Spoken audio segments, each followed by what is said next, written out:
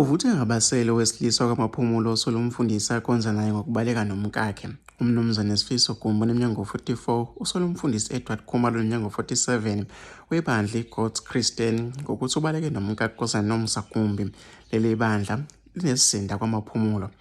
Umelandisi uGumbi uthi umkakhe ubeye eGoli kukhona kumhlangano webandla abeya kona njengoba ke nesikhundla ebandleni. Uthi-ke kumxakile ukubuya kwabanye ababeseGoli kodwa lutho kumkakhe. Ngibike sengimshayela ucingo ngimbuza umkami ukuthi kanti noma ke kwenzakalani. Umane wangiphendula ngokuthi angikhulume nomfundisi. Ngimane ngaxakeka ukuthi ke uchaza ukuthini echaza.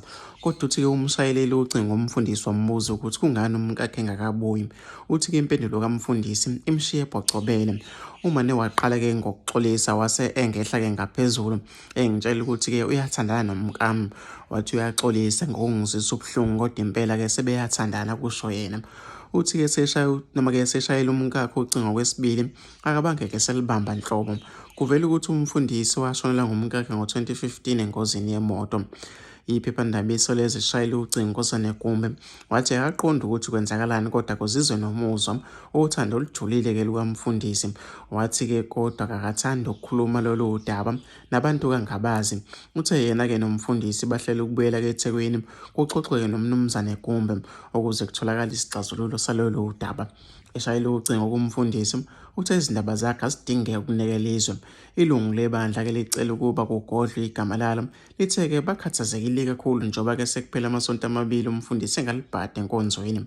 Lithe ke kuduma amakhanda kubona njengoba ke bengaqondi ukuthi ngempela ke kwenzakalani. Sizothiwa umfundisi wethu ubaleke nomfazi womuntu asazi ngoba nathi ke sididekile. Uma ke simshayela ucingo umfundisi akalibambi. Asazi ukuthi ngempela kuqhubekela nisho kanje ilungu elikhulu noma ke likhulumela phansi.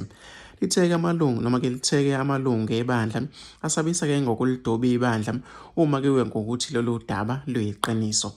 Mina ngizofisa ukuthi ngizovula lokho nombono ukuthi wena cabangani ke ngalolu daba sicela ngapha kwi-comment section.